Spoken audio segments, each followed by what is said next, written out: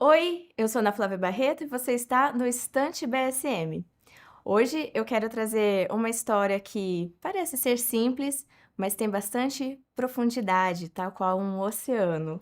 E para falar melhor sobre a profundidade de sentidos e significados que podemos encontrar ali, eu trouxe uma convidada muito especial, que tem muito domínio da linguagem, inclusive, e você vai descobrir quem é já já.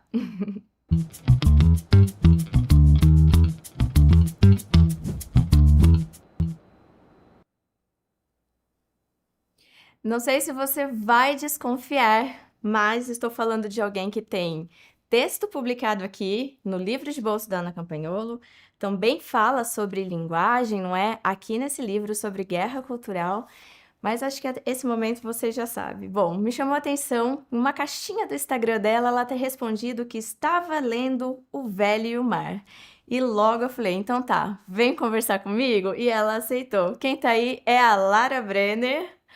Oi, Lara! Oi, minha querida, boa tarde, que Boa bom tarde. recebê-la.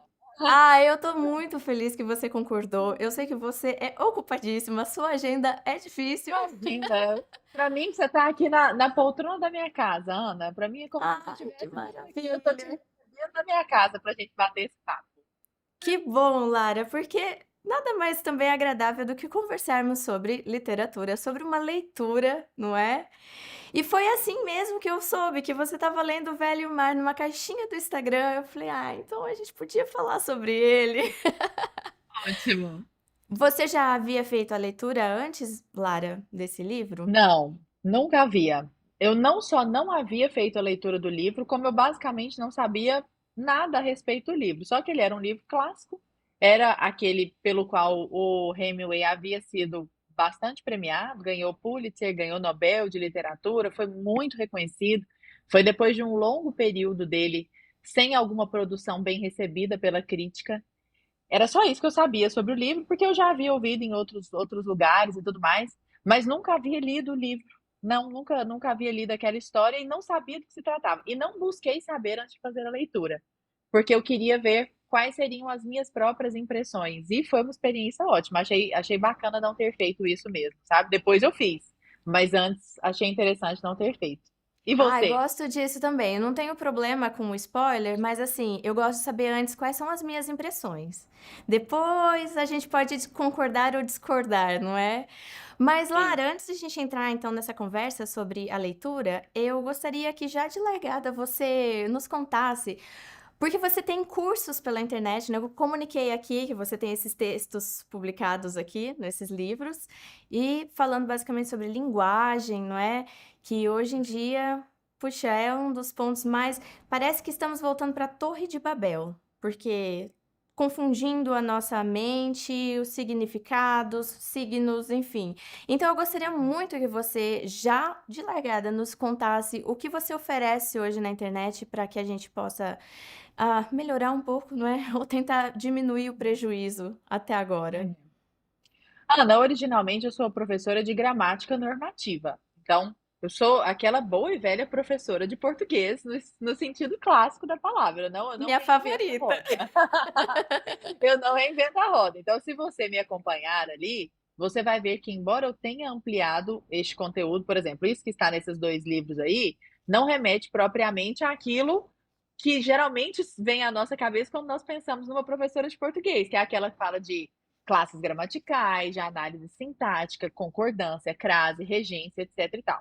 Eu acho que talvez o que seja o diferencial hoje, e eu lamento que seja um diferencial, porque na minha perspectiva isso tinha que ser a regra, é que eu realmente Basilar, né? faço basilar, eu não deixo que essas regras de gramática normativa fiquem voando na cabeça das pessoas. Então, por exemplo, se eu explico para a pessoa acento indicativo de crase, eu vou pegar da literatura escrita em língua portuguesa, preferencialmente, ou boas traduções, como é o caso dessa tradução do Velho Mar, é uma boa tradução, mas eu li a mesma edição que você, essa daí. Até me esqueci o Isso, nome do tradutor.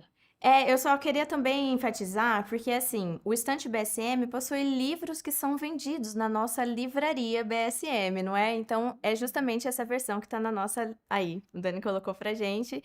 Se você ainda não leu e eu pretendo, na verdade, que ao longo dessa conversa você se interesse pela leitura, não é? Tem aí disponível na nossa livraria. Certo, Lara, pode continuar, por favor.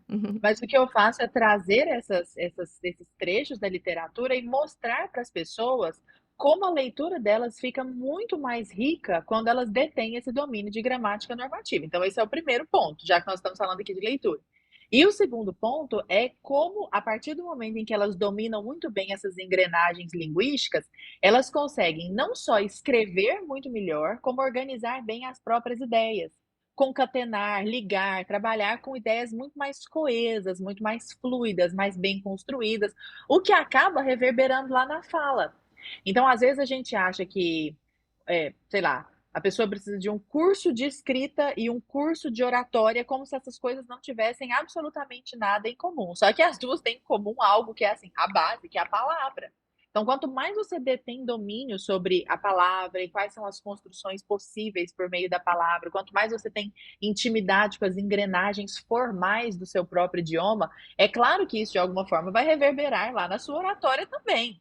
Por mais que não se trabalhe ali dicção, por exemplo, nos meus cursos, é claro, isso não é algo trabalhado ali, técnicas de fala, etc e tal, mas a construção do pensamento que, meu Deus do céu, precede a fala da pessoa, né? Aquilo que ela vai entregar por meio de uma boa oratória, necessariamente passa pelo domínio que ela tem da palavra. Então, acho que dentro do contexto de língua portuguesa, esse seria o grande diferencial. Os meus dois cursos hoje, que são o Expressando Direito, que são para profissionais do direito, né? Que trabalham fundamentalmente com a palavra, e o Texto Irresistível, que são para todos os profissionais e para quem quer se melhorar em domínio da linguagem de maneira geral, trabalham por essa perspectiva. Esse é meu trabalho hoje na internet. E aí, de uns tempos para cá, talvez porque a gente está tão inserido nessa guerra cultural, Ana, que eu acho que é difícil a gente escapar disso, né? Eu comecei a falar sobre a questão da manipulação da linguagem, sobre o esvaziamento do significante, sobre a confusão que advém mais ou menos como 1984, versão 2024. Então, o que nós estamos vivendo hoje é uma deturpação tão grande da linguagem e as pessoas falam uma coisa querendo dizer outra, completamente diferente, esvaziam o significado das palavras, usam construções completamente absurdas numa linguagem eminentemente ideológica, que eu percebo, e esses dois livros que você mostrou aí, da Ana Campagnolo e aquela coletânea feita pela Avis Rara, a gente acabou desembocando, né? Eu falo a gente porque eu escrevi os dois artigos em conjunto. Nós acabamos desembocando nessa linguagem, nessa guerra ideológica da linguagem, porque hoje virou uma arena mesmo. E nem faz questão de fugir dessa senda, sabe? É uma guerra que vale a pena lutar. É, sobretudo nos dias atuais, não é? Ah, Lara, então acho que a gente podia começar a adentrar aqui a esse oceano.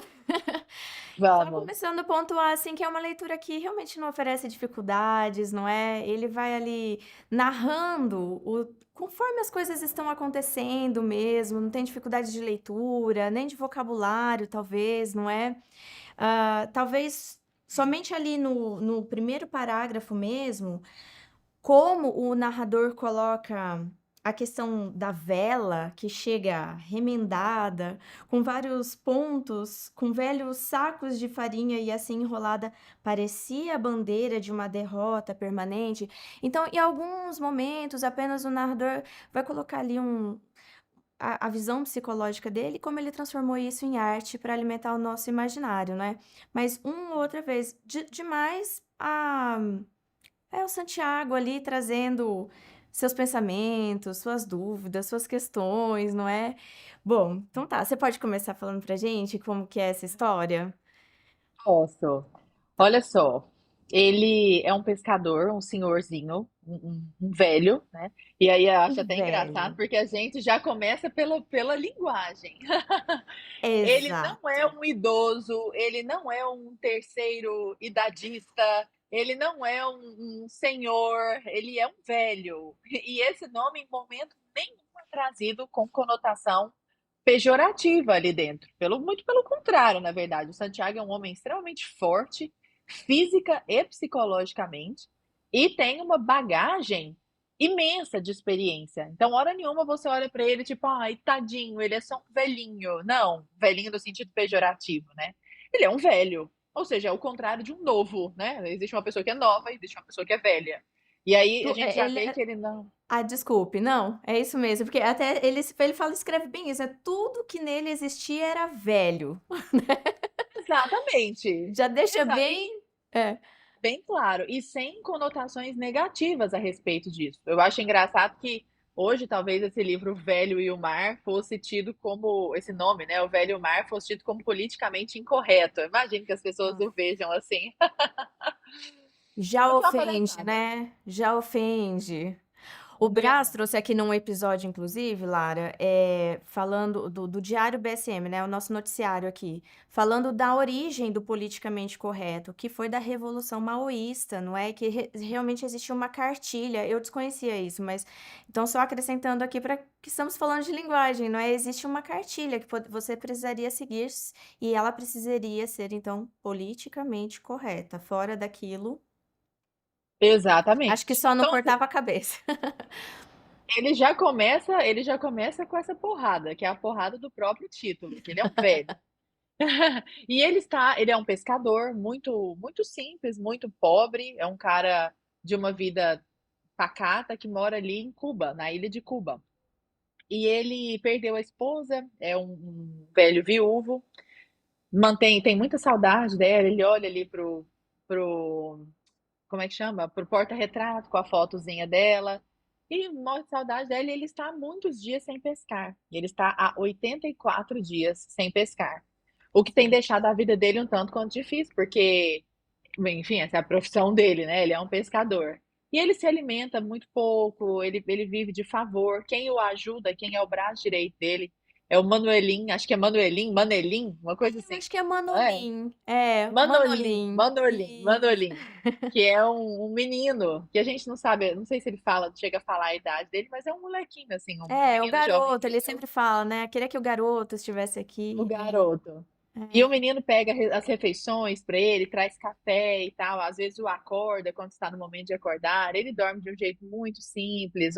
E o menino não mora com ele, o menino tem os pais dele e o menino convive com ele justamente com o fim de aprender a pescar, porque ele é um grande pescador e tal. Só que já faz tanto tempo que ele está sem pescar que os pais começam a achar um pouco ruim que o menino o acompanhe. E eu sei que fato é, no frigir dos ovos, ele se lança ao mar, nesse oitavo, fatídico oitavo, quinto dia, para tentar pescar mais uma vez. E ele não desiste. Só É. que, eis a questão, e aí todo o resto do livro praticamente se passa nesse próprio próximo cenário, porque ele entra para o mar. Ele vai ao mar. E ele não só pesca um peixe, como ele pesca um peixe de uns 700 quilos, um peixe que é do tamanho do barquinho dele, do modesto barquinho dele. E ele fica numa. Aí a história do livro, isso é uma coisa que eu acho fantástica, Ana, no livro. Como que um livro inteiro, embora seja um livro pequeno, ele seria pelo menos uma novela ali, né? Se a gente pudesse categorizar. Não Isso chega a ser mesmo. um conto, eu acho que ele é até mais assim do que um Ele conto, não tem né? nem capítulos, não é? Ele é fluido, É, exato. tal qual o mar mesmo. Tal qual o mar, precisamente. E ele passa o resto do livro no mar. Uma parte substancial do livro é ele brigando com o peixe que ele pega, com esse big peixe. E assim, são horas e horas, e fica de dia, e fica de noite, e fica de dia, e fica de noite, e ele está lá segurando esse peixe firme e forte. E algo que eu acho incrível são as descrições. É uma capacidade de descrição maravilhosa, porque ele deixa a linha passando pelo ombro dele e ele segurando com uma mão aqui, enquanto com a outra mão ele vai fazendo as outras coisas, pega um atum para poder se alimentar, e come esse atum cru, e aí pega a garrafa de água e puxa o cobertor. Não, mas assim, é um rolo que ele vai aprontando, passa para uma mão e passa para outra mão. Eu achei esse ponto do livro excelente, a maneira como ele descreve como que ele vai lidando ali dentro daquele barco com o fato de que ele não pode soltar a linha, porque o peixe está ali. Ao mesmo tempo, ele tem que soltar, que eu digo, dar mais linha para que o peixe possa se Isso. movimentar, para ele ir cansando o peixe. Mas, ao mesmo tempo, também ele precisa dar conta de si mesmo ali naquele barco durante muitas e muitas horas. A água dele está acabando, isso é algo que me deu bastante agonia, porque eu bebo água demais. Nossa, e ele tem só uma garrafinha de água ali, ele fica economizando aquela água. E sente muita falta do Manolim, E durante Isso. todo o tempo ele fala: "Nossa, o menino podia tanto estar aqui para me ajudar e tal, podia estar, podia estar". Enfim, e é claro, talvez o ponto auge aí do livro seja o diálogo interno dele. É um pouco interno, um pouco externo, porque ele fala também em voz alta, ele vai conversando, ele Isso. conversa muito com o próprio peixe, né, incrível.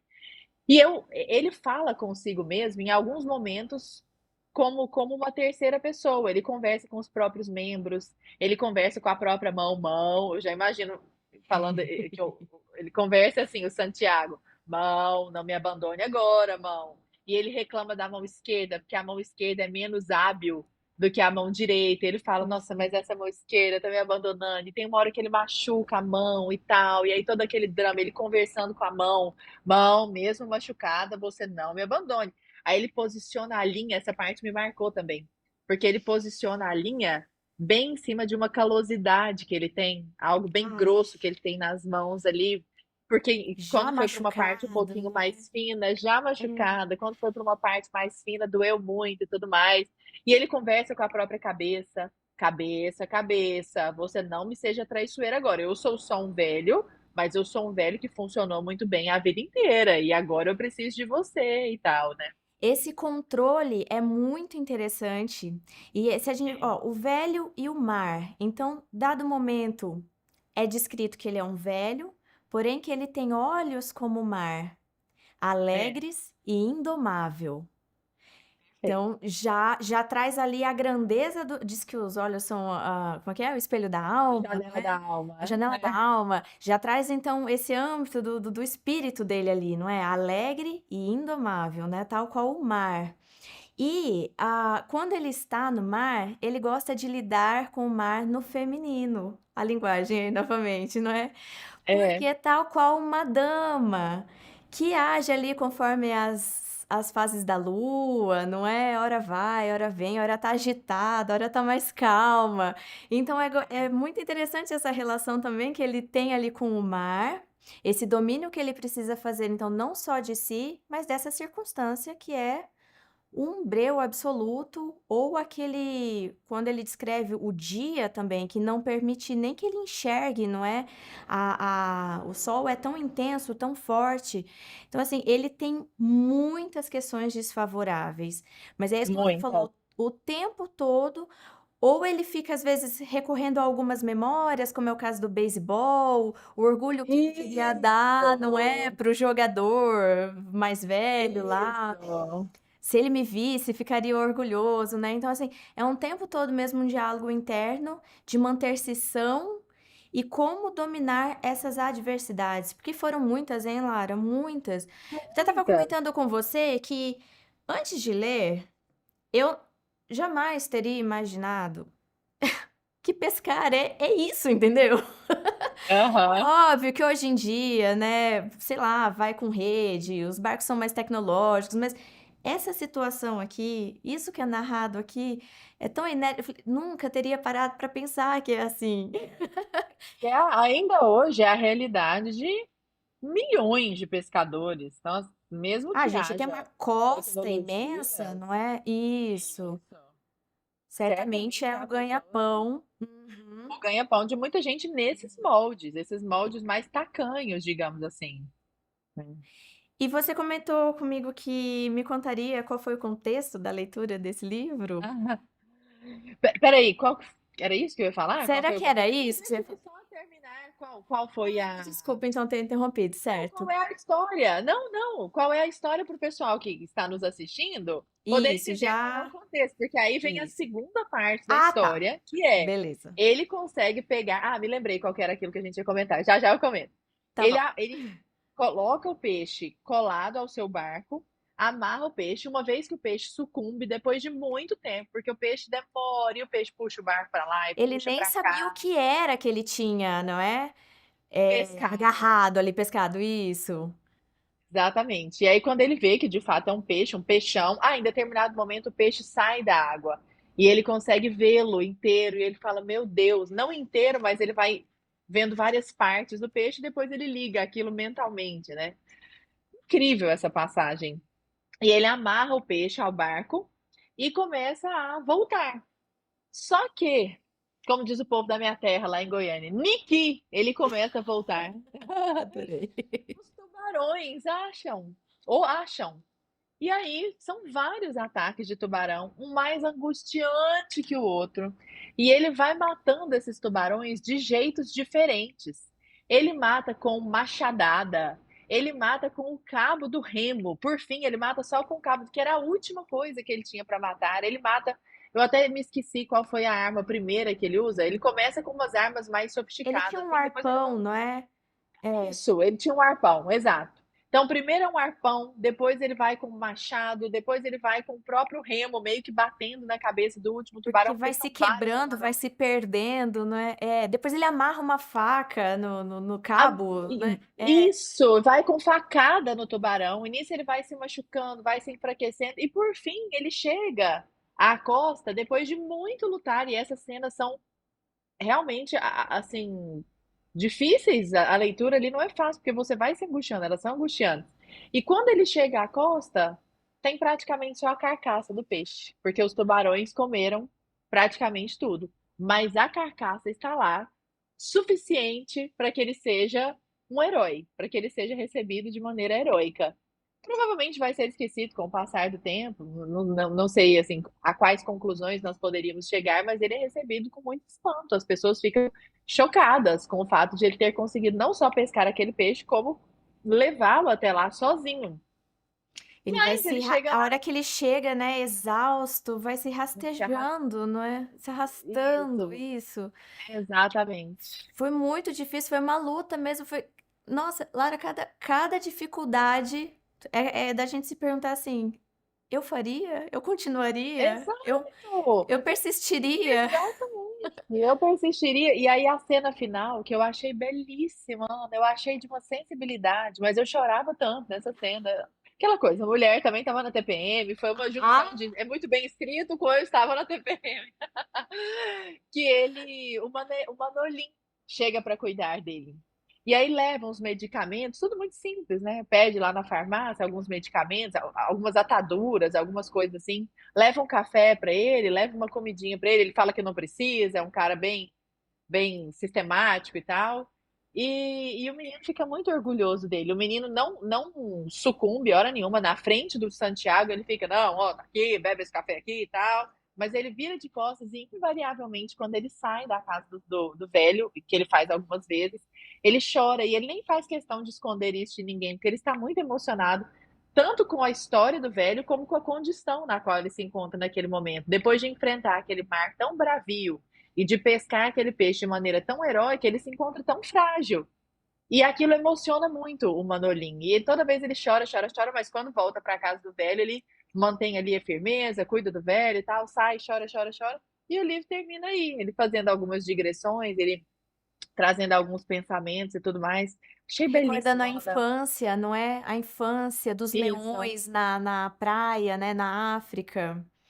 E isso, ele E- sonha com leões também no decorrer Isso. Eles no se decorrer da reconfortam, própria né, com... estada dele no mar. É, parece que ele precisa de um pouquinho de refrigério e ele se acomoda nesses pensamentos, nessas memórias, não é? Seja em sonho, seja em memória mesmo. Ah, muito bom, Exatamente. muito lindo. Eu também Mas chorei aquilo que eu demais. ia falar aquela hora, você havia me perguntado, eu me lembrei agora, é assim. Depois, quando eu fui ler sobre o livro, eu vi pessoas que desde o começo interpretaram aquilo como um ato heróico, o fato de ele não desistir e tudo mais. E em determinado momento do livro, eu não vi ninguém falando que teve essa impressão. E eu falei, caramba, eu devo ser uma pessoa muito mesquinha mesmo, muito fraca. Mas em vários momentos eu falei assim, mas que velho cabeça dura, sabe? Larga esse peixe, você vai morrer. Mas que raiva! Eu ficava pensando que ele ia morrer. O tempo inteiro, como eu não sabia a história do livro, eu achava que o livro ia terminar, Ana, com ele morto. E alguém encontrando o Santiago lá no mar. E a gente pensando, nossa, mas de que valeu essa luta toda para ele poder morrer, né? Isso, E eu isso. ficava achando que ele era um cabeça dura. E eu pensei: "Nossa, mas que cabeça dura, vai embora, mas que orgulhoso". Eu pensei que ele era orgulhoso, que ele era cabeça dura. E eu não vi ninguém que achou a mesma coisa depois, sabe. Todo mundo achou que o Santiago era muito heróico desde o começo. Eu falei: "Caramba, eu sou muito mesquinha". Mas eu confesso pra você que até agora eu ainda acho, porque, ok, deu certo, lindo, voltou pra casa, maravilhoso, mas podia ter dado errado. Foi muito Podia tempo ter dado aquela muito luta errado. insana. Mas foi perfeito você fazer essa colocação, porque eu acho que sabe aquelas frases de livros que pra gente anotar no caderninho, não é? A Aham, frase do velho Santiago é: "Foi para isto que eu nasci". Então, para mim é exatamente. muito representativo que ele se coloca inteiro naquilo, é a vocação dele, é o chamado, Exatamente, ele está completo ali, não é, sem falta com a sua exatamente, responsabilidade, com o seu dever. E às ve exatamente. eu também me vi como você, tá, assim, gente, acontece muita coisa a leitura inteira que, assim, meu Deus, hoje em dia os meninos de apartamento, e um negócio desse, jamais. Jamais, eu sou uma delas. E eu me incluo, mas é justamente essa a riqueza da literatura, não é? Trazer uma experiência na qual realmente você se coloca, imagina, né, como eu agiria, e aí você se defronta então com uma personalidade dessa que vem e te dá uma lição. Ana, você falou essa questão da vocação, já que a gente está no BSM, né, vou falar do professor Olavo, maravilhoso. Por Uma favor. das aulas dele que mais me marcou, talvez porque é aquela, não por ser propriamente a mais brilhante, mas era a aula certa na hora certa, igualzinho 12 Regras para a Vida, do Jordan Peterson. Certamente não é o livro mais brilhante que eu já li, mas eu tenho certeza de que de todos foi o livro mais que veio num timing melhor. O livro certo na hora certa. E essa aula do professor Olavo, em que ele fala sobre vocação, foi a aula certa na hora certa. Eu sempre dei aula de análise sintática e eu falava sobre o vocativo. E eu sempre expliquei para o pessoal, porque eu gosto de explicar a origem ali dessas palavras, da nossa análise sintática, para que as pessoas entendam, né? Não fica só aquela decoreba. Eu falava, olha, vocativo vem de vocare, que significa chamar. Então, por exemplo, eu falo, Ana, venha cá. Então, esse Ana é meu chamamento, é meu vocativo, portanto, porque eu a estou chamando. E quando vem o professor Olavo e fala que vocação tem a mesma origem, que é de vocare, que é essa espécie de chamamento, só que o professor Olavo, como bom católico, ele fala que é um chamamento de Deus. É como se fosse um chamamento de Deus para você fazer aquilo que você precisa fazer. E ele conta a história de um policial que ele conheceu, essa história me marcou muito, que tinha como ofício casos de crianças, tipo Sound of Freedom, assim, Freedom, sabe? Casos de crianças abusadas e traficadas. E uma coisa horrorosa, assim, tráfico de órgãos, tráfico sexual e tal. E o cara tinha família, voltava para casa, tinha filho. E ele disse que viu o que o policial fazia durante, sei lá, 3 minutos, o estômago dele já embrulhou. Ele falou, cara, mas como é que você dá conta de fazer isso? Você tem prazer nisso? Ele falou, não, é claro que eu não tenho prazer nisso, mas eu não sei fazer outra coisa. E eu fico muito feliz de alguém tem que fazer isso, alguém tem que ajudar essas crianças, e que bom que posso ser eu, que bom que eu dou conta de fazer. E aí o professor Olavo instalou o drive ali na cabeça dele naquele momento. Ele falou: esse cara está seguindo a vocação dele. Então, a vocação da pessoa, às vezes, a vocação do Viktor Frankl foi sofrer no campo de concentração durante tanto tempo. E depois sair de lá com 29 quilos e ser o pai da logoterapia, né? Logoterapia. Então, assim, nem sempre a vocação, a gente às vezes pensa na vocação como sempre uma profissão bem-sucedida, né? A minha vocação é para ser médica bem-sucedida. Às vezes sua vocação é ser médica lá no interior do. Ninguém vai nem saber quem você é, exceto aquela comunidade que precisa de você. Às vezes sua vocação é ser uma estrela do cinema, às vezes é ser um policial que mexe com essas coisas horríveis, né? E é o que você falou, a vocação dele era pescar. Então, ele era aquela coisa bem São José Maria, faz o que deves e está no que fazes, sabe? E é isso, ele estava fazendo o que ele nasceu para fazer até os últimos anos da vida dele ali, porque ele, obviamente, estava nos últimos anos da vida, a não ser que ele fosse assim, meio Matusalém, né? Então, no frigir dos ovos, eu acho que eu que fui meio mesquinha mesmo. Acho que você tem razão, ele estava seguindo a vocação. Não, mas não é que tenha sido mesquinha, mas é porque a gente diante do que ele enfrentou, realmente, são proporções diferentes ali, né, de como encarar, não é? Mas fica, até É. essa lição, realmente, você não pode estar lidando com um espadarte, né, maior que teu barco, mas acho que a lição é essa, você estar justamente o que São José Maria Escrivá fala, né, estar no que fazes, porque É. foi para isso que você nasceu. Quando você toma essa consciência, nessa tomada de consciência, talvez seja, a grande lição mesmo aqui, não é? Não sei se a É, gente algo que ficou me sondando a cabeça a respeito disso, só para finalizar, prometo, Não? é Por que favor. como será que a gente consegue reconhecer. Eu até agora não sei reconhecer olhando para o livro, tá? Mesmo já tendo lido o livro e tudo mais. Então eu imagino ele naquela situação mais difícil ainda. Mas aquela linha que muitas vezes é tênue entre o seguir a vocação e o ser inconsequente. Porque ali Hum. ele foi inconsequente, sabe? Ele botou a vida dele completamente em risco. E eu não sei também se uma coisa necessariamente exclui a outra, sabe? Se, olha, a minha vocação implica certo grau de inconsequência. Quando ele colocou na balança, provavelmente ele pensou: bom, eu não tenho mais esposa, eu já sou viúvo, eu não tenho filhos, se tem, eles não são mencionados no livro, né? Eu não tenho um passarinho para dar água, o Manolim, apesar de ser minha cria, né, ali profissionalmente falando, ele tem os pais dele, então acho que ele deve ter colocado na balança, mas quer saber, vale mais a pena seguir a minha vocação aqui neste caso. Mas eu fiquei muito pensando nessa questão da inconsequência também, para não romantizar este ultra ato de heroísmo, né? Tem razão. Mas ele realmente, ele coloca, eh, ele conversa muito o tempo todo com ele, de tornar uma fraqueza coragem. Então, assim, ele fala para ele: "Um homem não deve perder a esperança nunca". Eu acho que tá Isso. contido nisso, né, essa bravura inconsequente, talvez, eh, os valores que ele tem, não é? As raízes dele, de falar: "Um homem não pode perder a esperança nunca". Então, o que aqui também é mencionado no livro, o que eu faço com o que eu tenho? Ele tá o tempo É, todo também realmente determinado a cumprir com o que ele acha que é o que ele precisa ser, não é? Ele é muito comprometido consigo, não é? muito, Eh muito. Muito fiel a si, muito. Sim, e é isso que ele acredita ser realmente o que é para que ele nasceu, não é?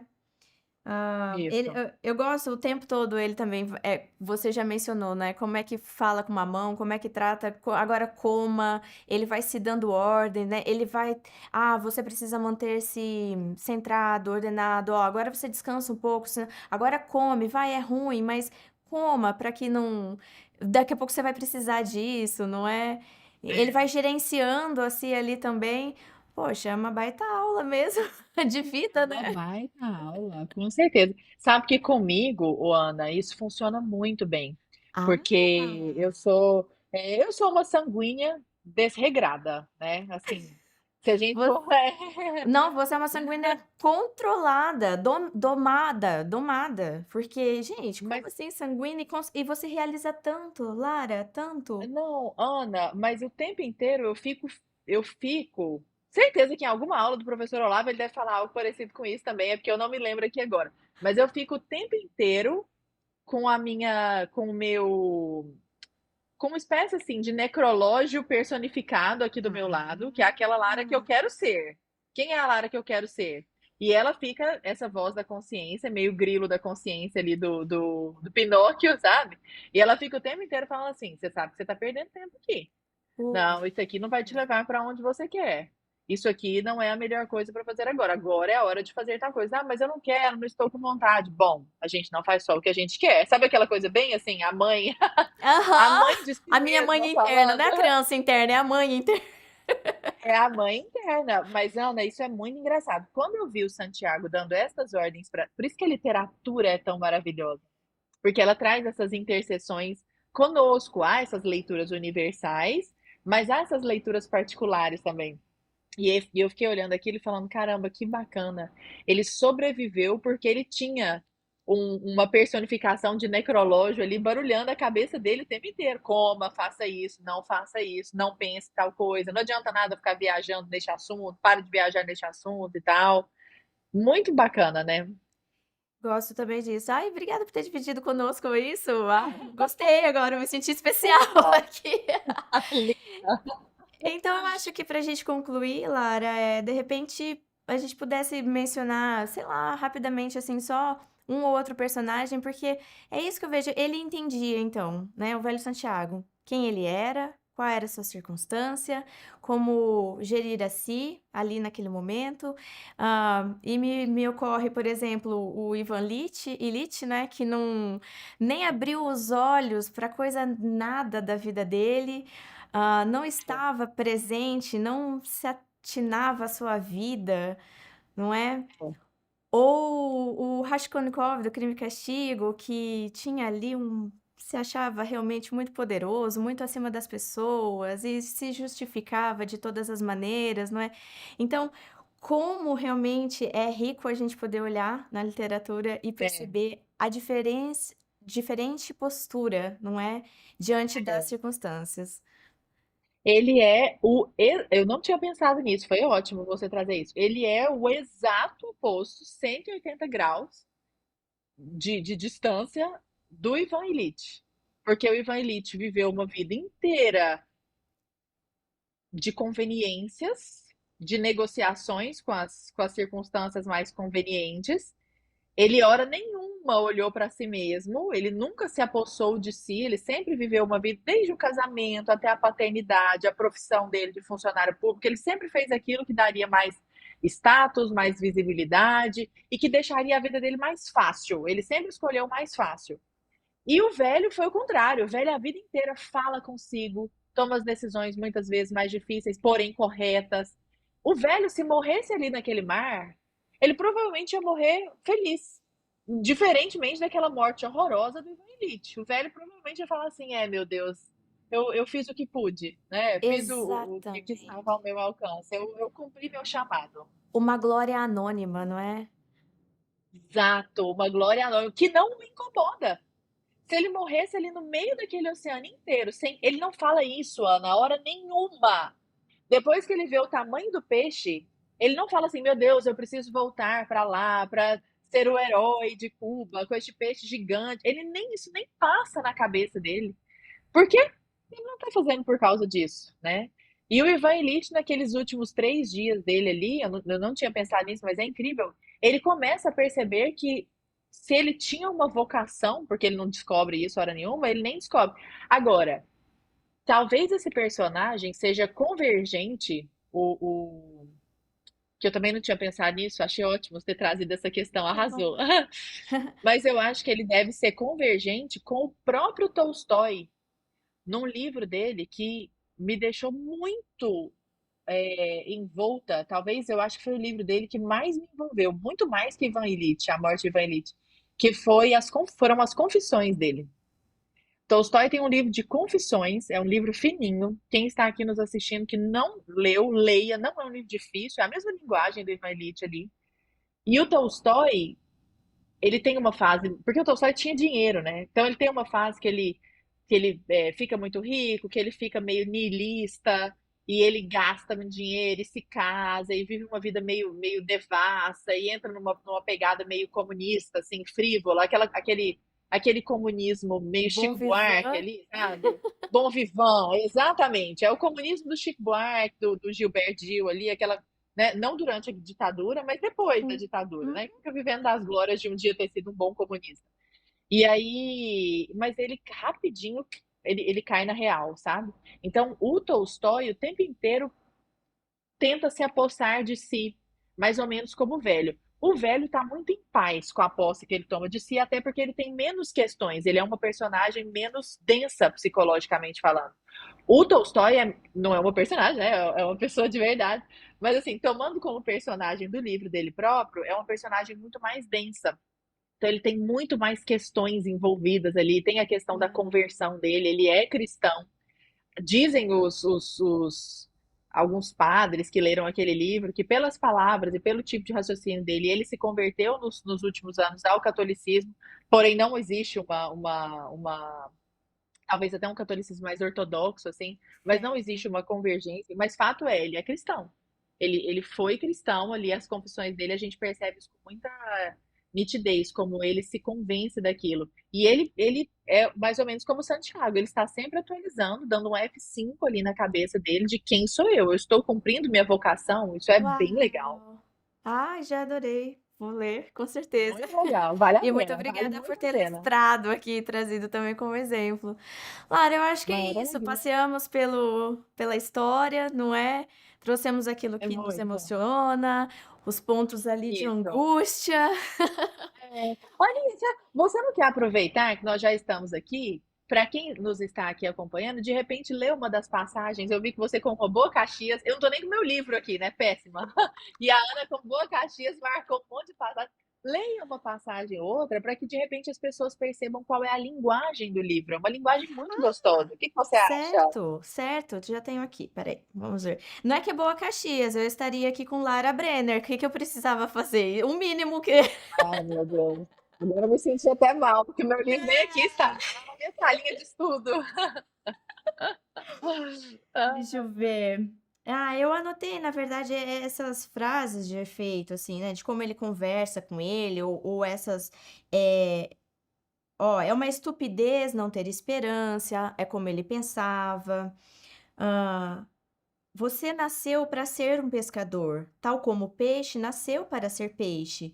São Pedro era pescador, assim como era o pai do grande Dimaggio, que era o pai O do jogador. jogador de vôlei, de beisebol, que ele Beisebol. citava sempre, né? Isso. Pescar mata-me tal como me faz viver. Essa realmente eu acho que é a do caderninho. Pescar mata-me tal como me faz viver. E vai de encontro com o que você mencionou. Lá na grandeza, na imensidão do mar e com aquelas dificuldades todas, nós, mesquinhas, teríamos desistido e tal, mas é realmente. Tá matando ele, está matando-o, não é? Mas é E isso tudo que o bem pra faz ele, né? viver. É isso que o faz viver. E aí Isso. ele também sempre menciona o garoto, né, ele sente falta do Manolim. A gente, comentou rapidamente, mas como ele estava há 84 dias sem, receber peixe, os pais tiraram o Manolim do barco dele, não é? Falaram: "Não, ele tá com Hum. azar", e mandou para outro barco, não é? Então era esse o contexto da separação. Era isso que Exato. você tinha É, pedido, Lara? Ou era não? isso, é justamente para o pessoal ver assim que tipo de linguagem o Hemingway escolhe. Eu fui depois ler. Nossa, Ana, nós estamos com o tempo contado? Fui Não, não. conversando mais que a boca, né? Estamos à Não. vontade aqui. Depois vale mais. É um último adendo, eu prometo. Depois, eu fui ler depois sobre a vida de Hemingway, que eu desconhecia, porque eu fiquei meio. Porque colocam Hemingway na mesma caixinha de James Joyce, Jack Kerouac, Scott Fitzgerald e tal. E eu E não gostei somente de Paris é Suave uma à Noite. festa, não é? Isso, e como se Hemingway fosse Paris é uma festa. Paris é E, uma festa. aliás, eu não li. Aquela bem ignorante. Eu não li Paris é uma festa, mas lerei, lerei. Você Mas, leu? É um mas livro que vai vale a muito. pena? Não, é outra coisa. É, Não, não, não vou dar minhas bacana, eu quero impressões. ler. Você disse que gosta de ter as suas próprias, não é isso mesmo? Tá bom. Mas é muito difícil. Oi, é o mesmo? É o mesmo autor? Aham, olha só. Pois é, e eu não gostei muito de Suave à Noite, do Fitzgerald. Eu gostei de, por exemplo, Os Mortos, do James Joy. Eu achei que é um bom conto, mas assim, nem de longe chegou, da minha percepção, né? Não sou professora de literatura, estou falando como uma mera leitora, não como uma professora. Não chegou aos pés do que o Hemingway fez ali. E aí eu fui ler sobre a vida do. Eu odiei a Jack Kerouac, On the Road, aqueles negócios. Falei, que horrível, que história horrorosa, que linguagem horrível, que pessoa que escreve mal, e o cara ovacionado, falando, ou eu sou muito ignorante, ou esse cara é ruim mesmo, sabe? Aquele tipo de coisa que o povo fala que é boa, mas é ruim. E o Hemingway, pra mim, está muito acima. Eu achei que ele Isso. está muito acima. Coloque à frente na lista, não é? Exato, Uhum. exato. Não, quem estiver nos acompanhando aqui, se não tiver lido, coloque. Essa leitura é obrigatória. E aí eu fui ler sobre a vida do Hemingway. Ana, a vida do homem, eu sabia pinceladas, eu não sabia um milionésimo da vida. Ele foi boxeador, e um bom boxeador. Ele lutou a Guerra Espanhola, ele lutou na Primeira Guerra, ele morou na ilha de Cuba não sei quantos anos. Mas antes de Fidel Castro, ele já tinha se mudado, então ele não era a favor da ditadura comunista, nada disso. Aliás, ele lutou uma época na. Outra coisa, os dois irmãos dele e ele. se suicidaram. Ele morre com um tiro de espingarda. Numa vida muito depressiva, muito triste, foi um mau pai, foi um mau marido, se apaixonou por uma enfermeira quando ele esteve internado, que era 10 anos mais velha, não se casou com ela. Então teve uma vida difícil, ele era um homem bonito, assim, muito bonito, tanto é que ele e o Joyce faziam muito sucesso, assim, a gente até vê isso lá em Meia-Noite em Paris, né? Ele e o James Joyce juntos e tudo mais. E ele era um cara muito bonito, fazia muito sucesso, meio brigão. Quem assistiu Ai, gente, Los Angeles, Cidade Proibida, eu assisti recentemente. Eu imagino que o James Joyce seja aquele estilo do Bud Light, que é interpretado pelo que fez Gladiador, pelo Russell Crowe. Eu acho que ele era aquele tipo meio valentão, e na hora que precisava de resolver algum problema, chamava. E aí, essa pessoa que viveu essa vida terá a mesma sensibilidade, terá a sensibilidade, na verdade, de escrever O Velho e o Mar. Ana, eu queria me sentar com Hemingway para entender a cabeça dele, porque ele era muito sensível e muito tacanho ao mesmo tempo. Ele gostava de caçar. Ele passou muitos anos na África caçando. Ele viveu com uma mãe, o pai e a mãe dele eram muito difíceis. O pai dele era um cara dificílimo, a mãe dele era extremamente narcisista, era uma mãe narcisista, obrigava o Hemingway a tocar instrumento, a fazer, acho que era violoncelo, uma coisa assim, que ela o obrigava, era algum instrumento de corda, mas eu me esqueci qual.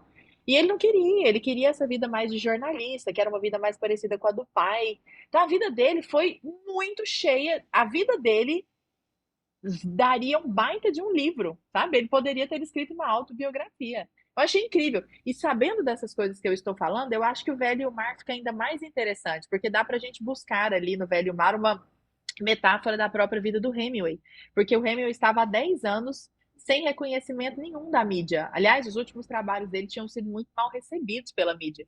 Então, quando vem o Velho e o Mar com esse tanto de premiação e esse reconhecimento, é como se ele tivesse ficado 84 dias no mar, sem, no mar não, né? Mas 84 dias tentando pescar alguma coisa sem conseguir. E aí ele consegue, com o Velho e o Mar, pescar este peixe de 700 quilos. Então dá pra gente traçar esse paralelo com a vida do Hemingway, que é interessantíssimo também. E sou eu viajando aqui, né? Mas já que Não, mas estamos eu aqui para falar adorei. de. Sim, de literatura dos seus autores, da obra literária, não é? Eu adorei você ter trazido. E curioso isso, não é? Que se a gente tivesse falado antes sobre isso, talvez a leitura ou o programa que tivesse acontecido de uma outra maneira, né? Então, adorei que você tenha É, trazido essa percepção aí de conhecimento da eu vida do prometo que eu autor. acabei. Não, não, eu nem Exato. queria que terminasse. Mas então, se você aceitar, eu já te chamo para as próximas já. Eu vou, Ah, vai ser uma alegria. vou perguntar nas suas caixinhas. Lara, o que que você tá lendo? Ótimo. Olha o que eu tô lendo agora, né? Eu acho que não ia Ah, por render, não, favor. mas é um livro ótimo. Ó. Uma pequena história da História da educação. Muito bom, educação. muito bom. Isso aqui todo educador tem que ler esse livro. É super legal. É um livro fácil, mas que traz um panorama.